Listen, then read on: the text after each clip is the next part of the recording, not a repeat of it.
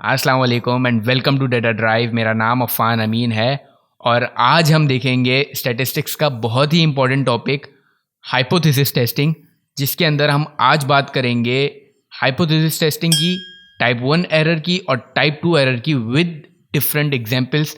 तो आइए स्टार्ट करते हैं।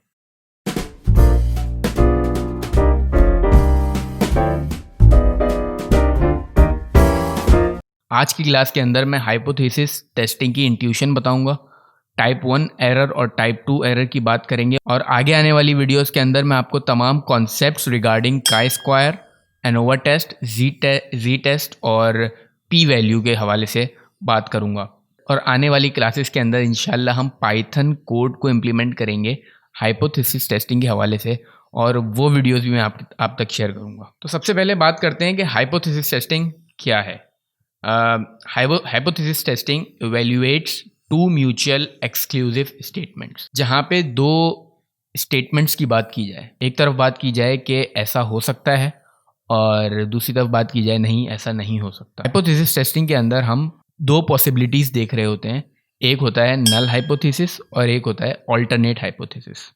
नल हाइपोथेसिस को हम H और O के थ्रू रिप्रेजेंट कर रहे होते हैं, जबकि ऑल्टरनेट हाइपोथेसिस को हम H1 के थ्रू रिप्रेजेंट कर रहे होते हैं।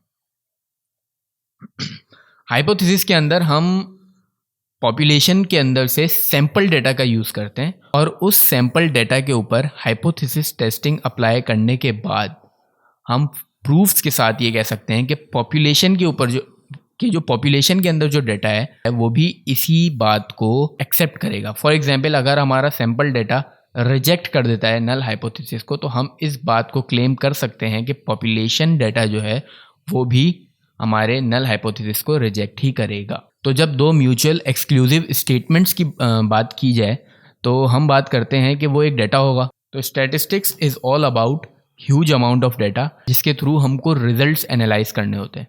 हम कंक्लूजन्स को इन टेस्ट के थ्रू पहुंचना चाहते हैं। अगर हम किसी इंटरप्रिटेशन या कंक्लूजन की तरफ पहुंचना चाहते हैं तो हम यूज़ करते हैं हाइपोथेसिस टेस्टिंग का। हाइपोथेसिस टेस्टिंग को करने के कुछ स्टेप्स हैं, जैसा कि मैंने यहाँ पे आपको बताया कि स्टेप नंबर 1 है हमारे पास मेक इनिशियल एजम्पशन। ठीक है, हम इसकी एक रियल लाइफ एग्जाम्पल ले लेते हैं। फॉर एग्जाम्पल, हम एक कोर्ट रूम के अंदर मौजूद हैं और एक डिफेंडेंट मौजूद है जो कि गिल्टी भी हो सकता है और इनोसेंट भी हो सकता है। तो फॉर एग्जांपल हम ही जज हैं, तो हमें ये बताना है कि ये इनोसेंट है या गिल्टी है, तो हमें एविडेंसेस की ज़रूरत पड़ेगी। तो हम इनिशियल एजम्पशन तो अपनी कर सकते हैं कि अगर हम इसको ये मान के चलें कि नहीं यार ये गिल्टी लग रहा है, तो हमें अपनी एविडेंसेस को कंप्लीट करना होगा। हमें एविडेंसेस चाहिए होंगे, और एविडेंसेस क्या है, मतलब कलेक्शन ऑफ डेटा। ठीक है, जब आप उन डेटा को कलेक्ट कर लेते हैं और उसके बाद आपके पास एविडेंस आ जाता है, तो फिर आप ये कह सकते हैं कि या तो ये इनोसेंट है या ये गिल्टी है।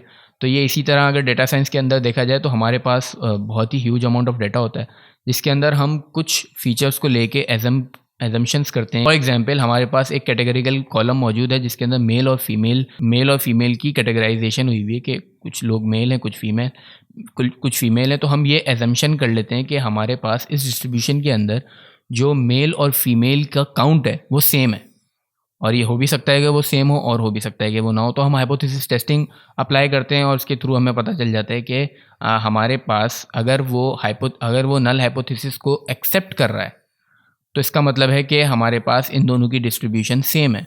और अगर वो हाइपोथेसिस को रिजेक्ट कर रहा है और ऑल्टरनेट हाइपोथेसिस को एक्सेप्ट कर रहा है, तो इसका मतलब है कि हमारे पास डिस्ट्रीब्यूशन के अंदर डिफरेंट काउंट मौजूद है मेल और फीमेल्स का। कुछ टेस्ट जो कि हाइपोथेसिस टेस्टिंग के अंदर हो रहे होते हैं वो हैं P value test, T test, ANOVA test, G square test. अब हाइपोथेसिस टेस्टिंग के अंदर जब हमारे पास डिफरेंट टाइप का डेटा मौजूद होता है, तो हमें टेस्टिंग भी उसी लिहाज से डिफरेंट तरीके से करनी होती है। फॉर एग्जांपल, अगर हमारे पास कंटिन्यूस डेटा मौजूद है तो हम जो टेस्टिंग अप्लाई करेंगे वो P test, T test, ANOVA test, G test या काई स्क्वायर टेस्ट के अंदर से कोई एक होगी। अगर मल्टीपल कंटिन्यूस कॉलम्स मौजूद हैं या मल्टीपल कैटेगरिकल कॉलम्स मौजूद हैं, तो इनकी अलग अलग हमारे पास टेस्ट मौजूद है, हम वही अप्लाई करते हैं। अब बात कर लेते हैं टाइप 1 एरर की और टाइप 2 एरर की। कन्फ्यूजन मैट्रिक्स हमने बहुत बार देखा होगा, जो कि हमारी क्लासिफिकेशन प्रॉब्लम्स के अंदर हमें बहुत बार दिख रहा होता है कन्फ्यूजन मैट्रिक्स। फॉर एग्जांपल मेरे पास एक प्राइस का फीचर मौजूद है, हाउस प्राइस प्रेडिक्शन के अंदर प्राइस का फीचर मौजूद है, और मैं ये एज्यूम कर रहा हूँ कि प्राइसेस जो हैं वो जो नई कंस्ट्रक्शन है उसके हाई होंगे और जो पुरानी कंस्ट्रक्शन है उसके लो होंगे, ठीक है। लेकिन मेरे पास उसका जो है ना एविडेंसेस इतने स्ट्रॉन्ग नहीं है मेरे पास। तो क्या हो रहा होगा, तो ये हो रहा होगा कि जब मैं जब यहाँ देख रहा हूँ तो मुझे नल हाइपोथेसिस जो है ना, तो मैं कहीं ना कहीं उस नल हाइपोथेसिस को भी रिजेक्ट कर रहा हूँ, और कहीं ना कहीं मैं अपने ऑल्टरनेट हाइपोथेसिस को रिजेक्ट कर रहा हूँ। तो अगर मैं अपना नल हाइपोथेसिस रिजेक्ट करता हूँ तो ये टाइप 1 एरर है, और अगर मैं अपना ऑल्टरनेट हाइपोथेसिस रिजेक्ट करता हूँ तो ये टाइप 2 एरर है। Type 1 and type 2 error can play a vital role, so make sure to see these T1 and T2 errors as well. ये बहुत इंपॉर्टेंट रोल प्ले कर रहे होते हैं, तो हमें इनकी वैल्यूज़ को भी नज़रअंदाज नहीं करना चाहिए। तो जल्दी से अब इसको सम अप करते हैं कि हाइपोथेसिस टेस्टिंग क्या होती है। हाइपोथेसिस टेस्टिंग हमें मदद करती है डेटा के अंदर से कॉन्क्लूजन्स निकालने के अंदर। तो हम पॉपुलेशन डेटा को यूज़ नहीं कर सकते, तो हम सैम्पल डेटा का यूज़ करते हैं, और उसके थ्रू हम हाइपोथेसिस टेस्टिंग उसके ऊपर अप्लाई करके अपने डेटा के कॉन्क्लूजन्स के ऊपर पहुंचते हैं। हम इसके अंदर दो तरह की हाइपोथेसिस करते हैं, या तो वो नल हाइपोथेसिस होगा या ऑल्टरनेट हाइपोथेसिस होगा, और कुछ वैल्यूज़ की बुनियाद के ऊपर हम ये देखते हैं कि ये नल हाइपोथेसिस को एक्सेप्ट कर रहा है या ऑल्टरनेट हाइपोथेसिस को एक्सेप्ट कर रहा है। नेक्स्ट क्लास के अंदर हम बात करेंगे P values, T test, ANOVA test, chi square test, और इसके थ्रू आपके ऊपर और थोड़ा सा वाज़ेह होगा कि हम क्यों हाइपोथेसिस टेस्टिंग को यूज़ कर रहे होते हैं। इस वीडियो का भी इंतज़ार कीजिएगा और सब्सक्राइब करना मत भूलिएगा। अल्लाह हाफिज़।